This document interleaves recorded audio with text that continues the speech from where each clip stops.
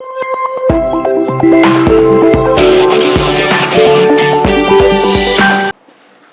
Tapuwa. Thank you. How are you? I'm good. How are you? I'm good. What to be so happy to have you. I'm glad to be here. Can you please tell the viewers a bit about yourself? Well, I am Tapuwa Pachiti. I am from Soweto, Dobsonville. I'm 18 years of age. I'm a first year student at the University of Wits. I hope I said that. Yes, you did say it right. Otherwise known as Wits. I'm a biological sciences student. I matriculated last year at St. Matthew's Private Secondary School. That is where I became one of the top achievers in Gauteng. So I was I got an award on provincial level for getting 300 out of 300 in business studies. So I totalized both paper 1 and paper 2 in business studies. Congratulations! You got 100% in business studies. Thank you. Yeah, I did. You're the girl. Oh, I'm so happy, and I'm so happy that our viewers are watching this and they are getting inspired by it. So, how were you able to achieve that record? Well, honestly, I don't know how I really did it. It was just hard work and commitment, honestly, and it was just a matter of disciplining myself and believing in myself. Because in the previous years, that was in 2019 and 2020, there had been learners who got 100% in business studies. At your school? Yes. So it was basically, I was inspired by them, and it was because of that I really did believe that I could too. You can get also 100% in business studies. And you did it. I did. So when you were waiting for your results to come out, were you hoping, like actively hoping that you got 100% in business studies? Well, I remember when I wrote my prelims and I got my test scripts back, I totalized both papers in business studies. However, I was not too happy about it. I just did not want to get too overexcited, because I was like, but what if it does not turn out like that in the final exams, you know? So I did not want to get too ahead of myself. And when the final exams came, I remember with paper 1, I knew deep down that I did get 100%. I did totalize this paper. However, the challenge was with paper 2. I struggled a lot with paper 2. Sometimes throughout the year I'd get 80s, 90s, but because my teacher believed in me, he actually encouraged me so much. He pushed me, and he made me believe that I can do this. So my worry was in paper 2 of business studies. And when I wrote paper 2, I encountered some difficulties. I encountered some difficulties, and at that point I thought I had lost 4 marks. I lost 4 marks, so I was like, unfortunately I did not get the 100% I was looking for. However, I was surprised in January when I received a call from my mother telling me that she got a call from my principal telling her that we are invited to an award ceremony for matriculants. However, she did not go into detail what it was about. So I was left questioning myself as to, which one of did I get 100% or is it the number of distinctions I got? I just didn't know. So it was only when I got to the awarding ceremony that I found out that I actually got 100% in business studies, whereas the whole time I just thought that I lost 4 marks in paper 2, So so for me, I was quite disappointed in myself, and it was shocking and surprising when I got there and I was told I got 100% business studies. Was Wits your first choice? Definitely. Wits was the only university I wanted to come to, and I'm actually starting to regret it in a way. What is this doing to you? It's very difficult, but I'm just trying. I'm pushing. I think it's the whole adjustment that's just making it difficult for me to keep up and yeah, to basically just keep up. I'm trying my best, but there's just a lot of adjustment, with the online learning, with the attending of the lectures. There's just, yeah, it's something, lectures, right? It's something I'm not really used to. So yeah, it's quite difficult, honestly, and the amount of work, I think high school does not prepare us enough for university. It really doesn't. Do you feel like here at university, a lot of things you guys have to do them yourselves? You have to figure it out on yourself, on your own? Definitely. Without having to have someone just give you all the answers and everything? Definitely. Yeah. I get it. And unfortunately, I do not have a lot of friends or study partners who I can say I'd study with or I'd get help from. I'm just on my own. I know it's something that I need to work on. I do need to find a study partner or friends to study with. Yeah, because this thing of working alone is really not working for me. And well, it's something I've really struggled with for a long time. Group work is not something I'm used to. Yeah, I prefer working on my own. So now I feel like, because now I have to adjust to varsity life, now I have to learn new ways of studying. Yeah, definitely. That's quite a lot, and Wits is giving you the edge, even though they have already changed their motto to Wits for good. Yeah. So all the universities you applied to accepted you? Well, I had applied at the other universities I applied to were UJ, UCT, and UWC. However, I had applied at a later stage, I think at around June, because I was adamant that I want to go to Wits. So Wits was the only university I was willing to apply to, only until my life orientation teacher advised me that I applied to other universities as well.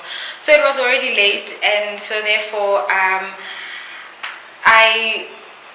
with UCT, my application was not approved simply because my MBT was invalidated. I was writing online and they said there was a camera malfunction, and so I had to read that again. However, I was not really up for it, so I decided not to. UJ did accept me, but I was not. No, you're not going I was like, no, I'm not going there. UWC also accepted me. However, like I said, Wits was the only option for me. So did you apply for the same courses here at Wits and also at those other universities? No, I did not. At UWC, I applied for oral hygiene, and I think I also applied for law. And at UCT, I'm not sure what I applied for. I don't remember well, but I think law was one of them. I'm not sure. And with UJ, I think that law was also there. Politics was also there. Yeah, I don't know what else. Yeah. So why did you apply for such a mixture of careers? That's because I was confused. Last year was a time of confusion for me. Like I said, I was going through an awakening at that time. My calling was starting to develop, so I think that also came with a lot of confusion. I was not really certain as to what is it that I want to do. I grew up loving journalism. I wanted to do journalism my whole life. I remember even on career day in grade 7, I dressed up as a journalist and delivered a speech to my schoolmates. And yeah, since from then I was really adamant. I was really like I did tell myself that this is what I want to do and this is what I'm opting for. Even in grade 10, my love for journalism just started growing even more, because then I was like, now I want to be a news anchor. I want to, be a broadcaster, things like that. I started seeing a lot of opportunities in journalism. And at some point I wanted to be a dermatologist. So I was stuck in between those two. However, last year was very confusing for me, honestly. Politics started becoming one of the things I considered. I also considered law. I also considered medicine.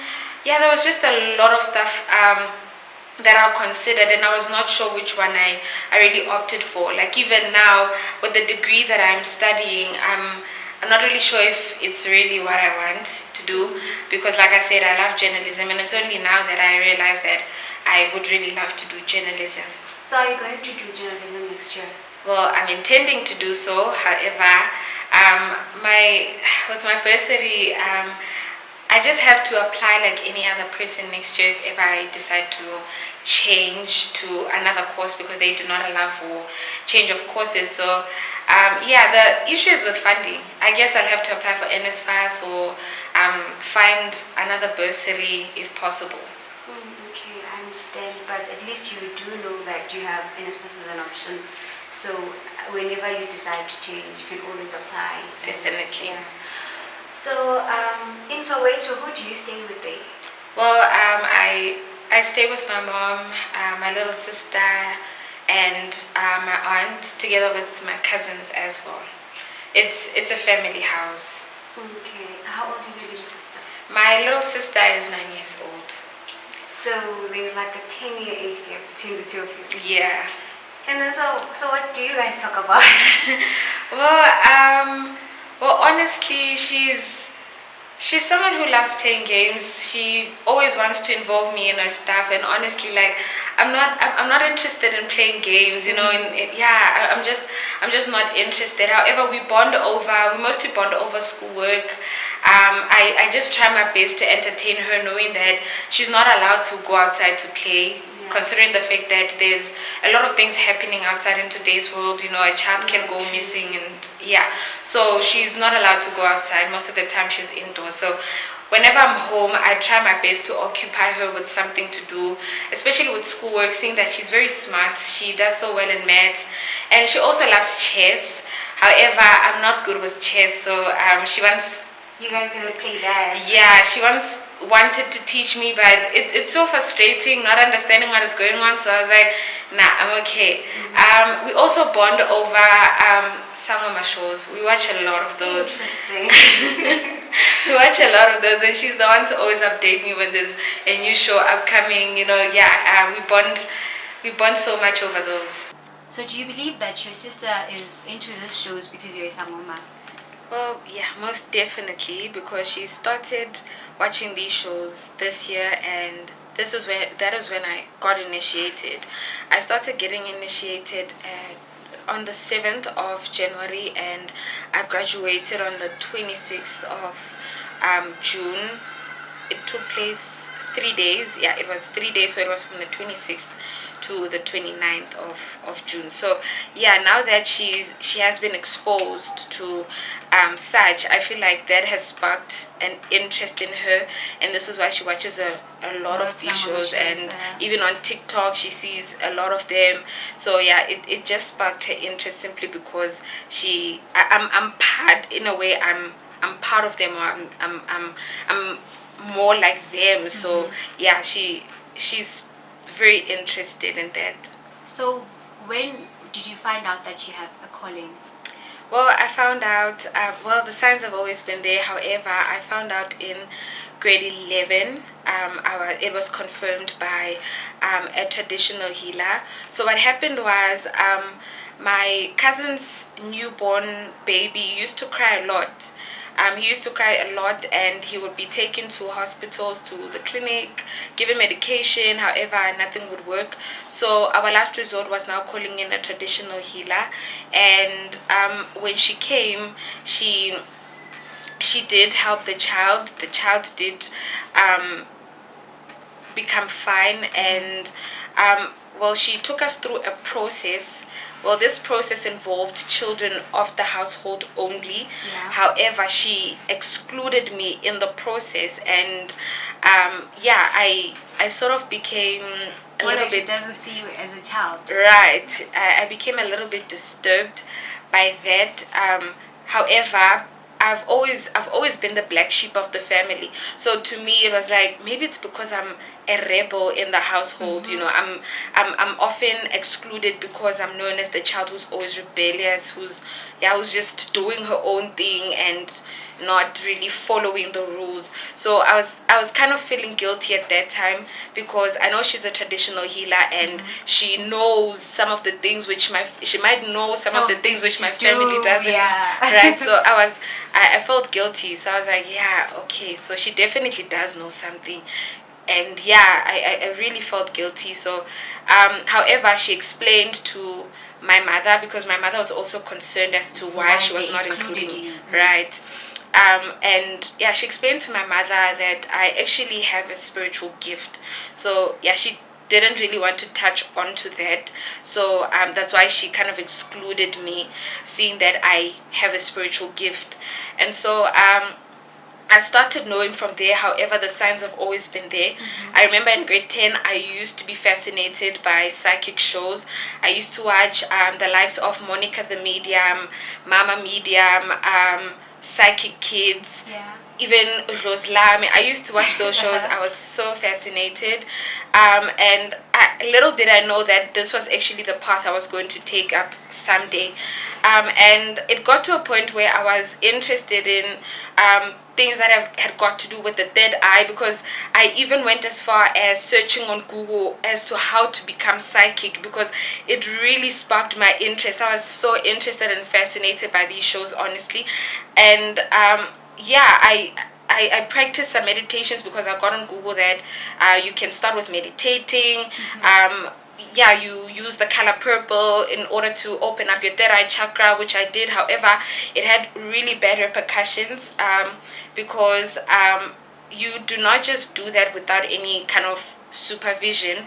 And because of that, I attracted some bad entities, bad spirits, but I was not aware of that at that time, because I was just too fascinated to know what was going on. Right? So I was not really informed about such things, so I just did it out of fascination, and because of that, I sort of ended up in trouble. Right? So I also, there was a time when I was planning to buy myself some clothes to take myself on an outing. So I went to Mr. Price to with the intent of, buying clothes, with the intent of spoiling myself. However, I came across this necklace, which sort of looked like the beads that Sangomas have around their necks, and it even had a cowrie shell. So I was so attracted to the necklace. I'm like, I'm definitely leaving with this necklace. I remember even today, it costed 40 rands. I took it with, and I was no longer interested in buying anything else. I was like, I'm out of here. Like you only went to buy that necklace. Right. And I wore it every day and night. I went to school with it. The only time I took it off was when I was bathing. Yeah, that's the only time I took it off. And yeah, I slept wearing it. Yeah, it was always there. It was always there. However, it I think it broke while I was sleeping, because when I woke up I saw beads all over the place, and yeah, so I was really heartbroken. I remember there was also a time during my life sciences class, I was writing notes, and as I was writing, I felt something pulling my neck. So to my principal and to my teachers, it was like I was having a stroke. So yeah, it pulled me to the point where I couldn't even, open up my hand to, because I was holding a pen, so I couldn't open up my hand to let go of the pen. So this is why they thought maybe I'm having a stroke. And so then I was asked if I have a spiritual gift, and I kind of said yes, even though I was not sure. I didn't know, but because I was into these things, and I know that my necklace sparked a lot of interest. People question that a lot. I would get a lot of people asking me, "Are you a Sangoma? Are you spiritually gifted?" or something like that. Whereas I knew deep down that it's nothing. It's nothing. You just wearing the necklace. Right? I'm simply wearing it because I love wearing it. So yeah, I just said yes, and yeah, I was like, I was skeptical at that time. Should I say yes? Should I say no?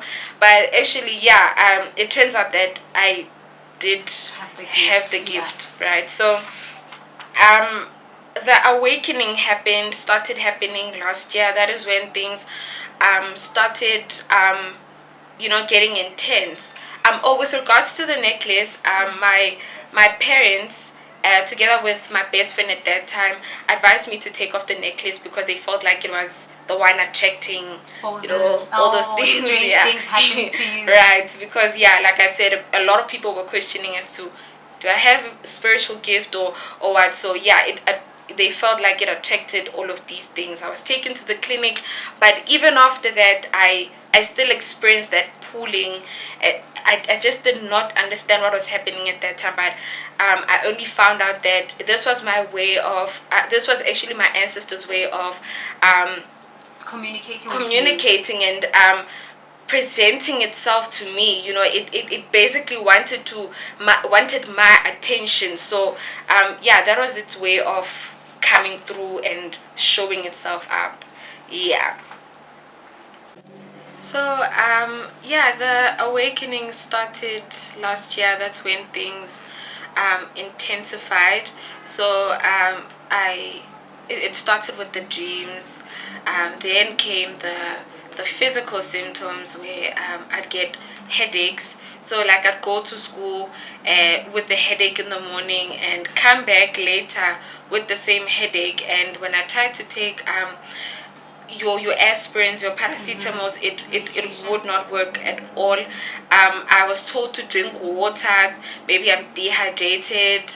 I did do that. I did drink a lot of water, and I also tried resting, because another thing was I was focused too much on my studies. At times I could not even get enough sleep. So I thought, how about every day after school I take a nap for like 2 to 3 hours, then wake up to study. So I did that, but I'd still wake up with the headache, until one time my cousin suggested that I take snuff. And much as I was scared, but I did take it, and instantly my headache was cured. So the physical symptoms were mostly the headaches, and the grinding of the teeth. So at night I would grind my teeth. I was not aware of it. However, cold. Exactly. I was not aware of it. However, my mom would wake me up and tell me that I'm grinding my teeth, and it's really irritating her, because she could not sleep with that sound. I didn't know what they were talking about. I could not hear myself while I was doing that. So it was just happening to you. Right. So it's still something that still does happen up to this day, but it does not happen as frequently as it did before. Yeah. So I did not experience a lot of physicals. Oh yeah, I also lost weight. I lost a lot of weight. However, for me it was not so much of a concern, because I remember I once became chubby when I went into grade 8, grade 9. I became a little bit chubby, and so I hated it when people would say I'm now gaining weight. So hearing that I'm now losing weight, I was actually quite excited. I was like, yeah, this is it, right? So little did I know that it was actually not looking good. And I also my back started arching. I had a very bad posture, and basically my ancestors were weighing down on me. They were, the headaches and the heavy shoulders. This is why I had, my back would arch sometimes. And yeah, even the interest in being interested in watching these shows, it just continued, to the point where I also watched YouTube shows. YouTube channels where you'd find Sangomas talking about their experiences, or the calling to become a Sangoma and things like that.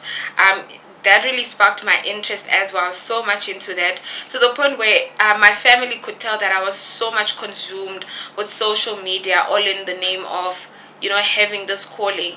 However, the same traditional healer who had confirmed to me that I had this gift back in grade 11 did tell me that it's not really me who's doing all that. It's not out of my interest, but it's out of my ancestors' interest. They're basically showing me the way. They're basically hinting to me that this is the path that you are supposed to take, right? So I just could not stop myself from watching these shows. Honestly, the love for Izangoma grew for me, and to the point where I just wanted to see myself in beads. I wanted to wear amabai, all that. So it was that. I did not experience a lot of physical symptoms like most people would. However, with me, it was just a matter of being interested in the gift, you know. However, yes, there are some people who are interested in the gift but do not necessarily possess the gift. So I do not want to mistaken people, you know, to start thinking that if I'm interested in these things, then most definitely that's a sign, you know, that I do have a gift. It does not really work like that, and we have different ancestors. They come in different ways. They show us differently. So yeah, for me it was like that, and it got to a point where I dreamt of I was shown someone who I had to go to get initiated. However, things. Did you know the person? Well, I didn't know the person at that time. So I went to see her, and we started speaking. We talked about my experiences, what was going on in my life, and so forth.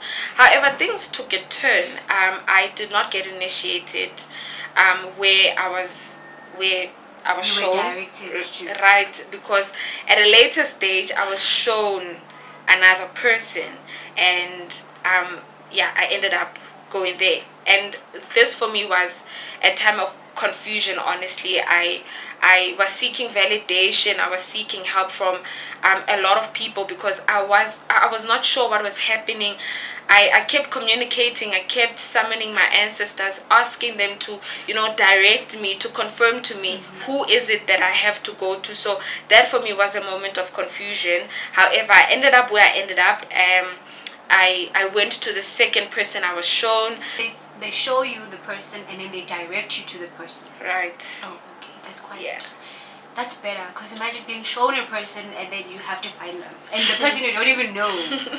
That would be a lot of work. Yeah. This has been quite an amazing session, and unfortunately, very, very unfortunately, we have to end the session here. However, we're going to continue with the conversation with Tapuwa next week. We'll post another video, and if we don't finish by then, we're going to post another one, because these are quite interesting things that you guys at home need to hear and learn more about African traditions and everything else that you spoke about. So from us, Fott TV, to you guys at home, stay cute, stay blessed. We love you. Bye.